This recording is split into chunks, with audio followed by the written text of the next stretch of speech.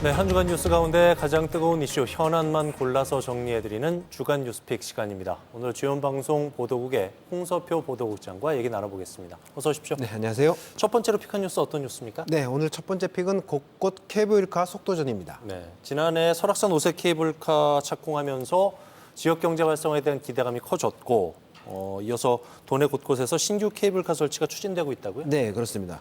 지역의 오랜 수건이었죠. 설악산 오색 케이블카가 지난해 이제 착공을 해서 사업이 이제 본격화됐죠. 그 이후에 이제 강원도 곳곳에 전역에서 케이블카에 대한 설치 염원들이 터져 나왔습니다. 근데 속도를 좀 내고 있는 구간은 크게 한 두 구간 정도로 볼 수 있는데요. 첫 번째 구간이 강릉에서 평창을 잇는, 그러니까 강릉 성산면 어을리에서 평창 대관령면 선저령을 잇는 한 5km 정도 구간이고요.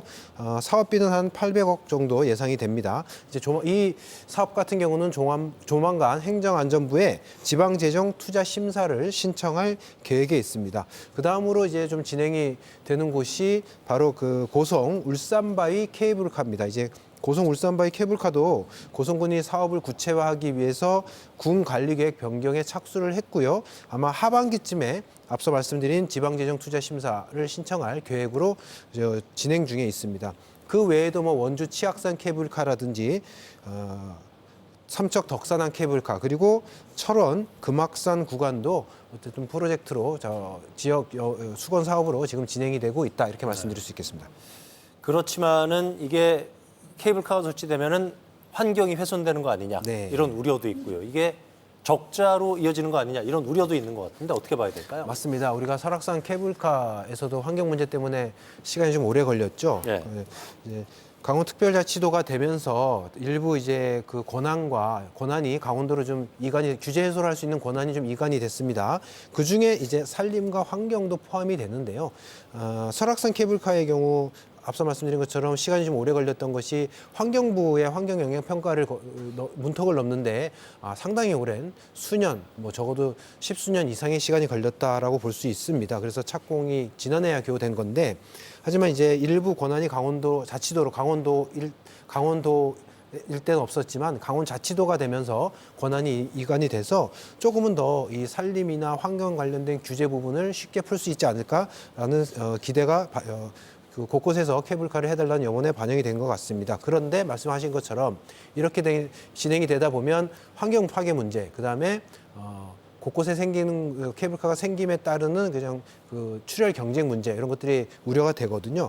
환경 문제 같은 경우는 검토 단계 이 사업을 검토하는 단계에서 충분히 환경단체나 환경 전문가들의 의견을 들어서 친환경적으로 건설을 해야 환경 파괴나 이런 우려를 최소화할 수 있을 것 같고요. 그 적자 문제, 그러니까 출혈 경쟁에 따른 적자 문제도 사업성 검토 단계에서 충분한 전문가 의견이나 검토가 필요해 보입니다. 혈세를 투입한 케이블카가 적자에 허덕이면 결국 이거 뭐 지역민들에게 피해가 돌아가지 않겠습니까? 면밀한 검토, 차별화된 전략이 필요하겠네요. 다음 뉴스 어떤 뉴스입니까? 네, 두 번째 픽은 철도 신규 노선 반영 총력전입니다. 네. 강원자치도가 정부의 제5차 국가철도망 구축 계획에 10개 신규 노선을 건의했는데 물론 뭐 모든 노선이 다 중요하겠지만은 이 중에 가장 기대를 걸고 있는 노선이 있다고요? 네, 그렇습니다. 연초부터 강원자치도가 철도 사업에 대한 강한 의지를 피력을 했습니다. 왜 그런가 하면 올해 이제 정부가 이제 그 몇 년마다 주기적으로 이제 국가철도망 계획을 구축을 하는데 올해가 바로 제5차 국가철도망 구축 계획을 수립하는 해거든요. 그래서 강원도도 연초부터 발빠르게 지금 철도망 얘기를 하고 집중을 하고 있는데요. 앞서 말씀하신 것처럼 강원자치도는 한 10개 노선 정도를 일단 건의를 했지만 그중에서 좀 집중하는 노선은 2개 노선 정도라고 볼 수 있겠습니다. 첫 번째 노선이 원주, 춘천, 철원을 잇는 노선이거든요. 이 노선 같은 경우는 이제 총 연장이 한 127km 정도 되고요. 사업비가 3조 3천억 원 정도 추산이 됩니다.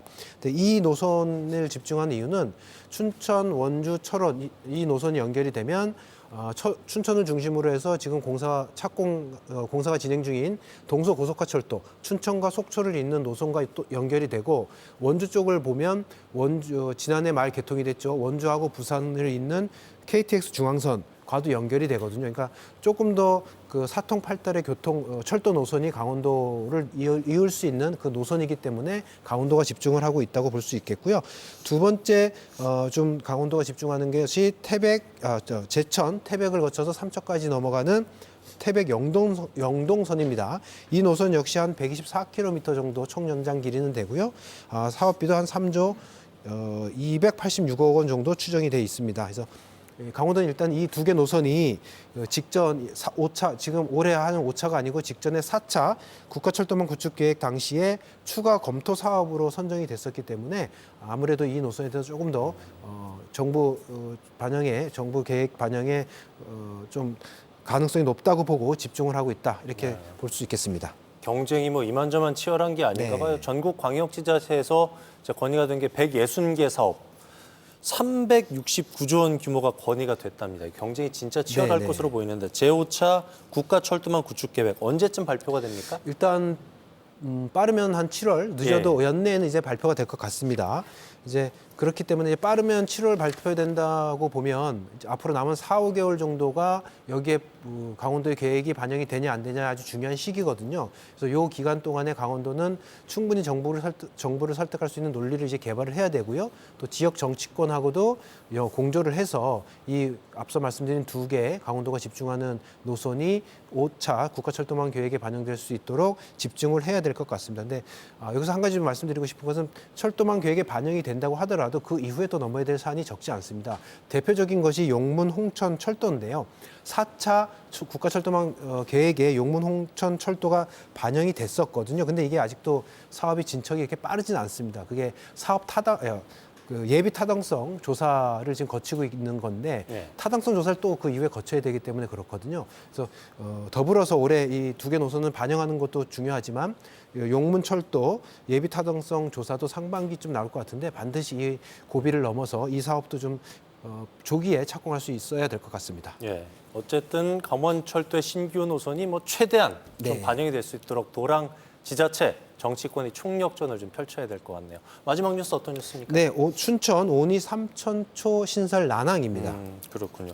삼천동 일대 뭐 대규모 아파트가 잇따라 들어서면서 초등학교 신설 추진 소식이 계속 들리고는 있는데 왜 이렇게 추진이 안 되는 거예요?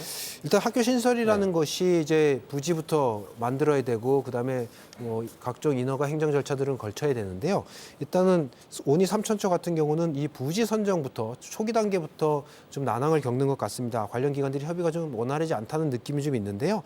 교육 당국이 처음에 삼천동에다가 온이 삼천초를 짓겠다고 했던 부지는 춘천시와의 이제 행정 절차 진행 과정에서 좀 어려움이 있어서 일단 포기를 했고요. 그리고 나서 올 초에 강원자치도교육청이 그 인근 부지에다가 온이 삼천초를 짓겠다라고 이제 발표를 했습니다. 근데 발표 직후에 또 오히려 또 좀 시끄러운 양상인데요. 그 짓겠다고 발표했던 부지가 어디냐면 춘천 강남지구 도시개발구역 에 있는 그 학교 용지거든요. 그러니까 통상 그 도시 개발을 이런 대규모 개발을 진행하게 되면 학교가 들어서 학교 용지를 확보를 하게끔 돼 있습니다. 그래서 아마 그 강원자치도교육청은 그 학교 용지가 확보가 뭐 어차피 되니까 거기다가 이제 온이 삼천초를 넣겠다라고 생각을 했던 것 같은데 이게 문제는 해당 학교 용지가 도면상에 표시만 해놓았을 뿐이지 그 실제 땅 주인하고 협의가 안 된 상황입니다. 그러니까 개발 사업자는 땅 주인과 이제 협의를 해서 그 학교 용지를 도면에 표시된 학교 용지 땅을 학교 용지를 이제 확보를 하겠다라는 거였는데 이게 땅 주인이 아직까지 협의가 안 된 상태에서 발표가 되니까 땅 주인이 발표 직후에 이제 반발을 하고 춘천시도 뭐 중간에 좀 난처한 입장인 것 같고 그런 상황인 것 같습니다. 네. 이게 뭐 학교 신설이라는 게 추진부터 개교까지 굉장히 어려운 중장기 사업 아니겠습니까? 교육 당국과 행정 당국이 좀 더 치밀하게 계획적으로 추진해 나가길 바라겠습니다. 자, 지금까지 주간 뉴스팩 홍소표 보도국장과 함께 얘기 나눠봤습니다. 오늘 말씀 잘 들었습니다. 네.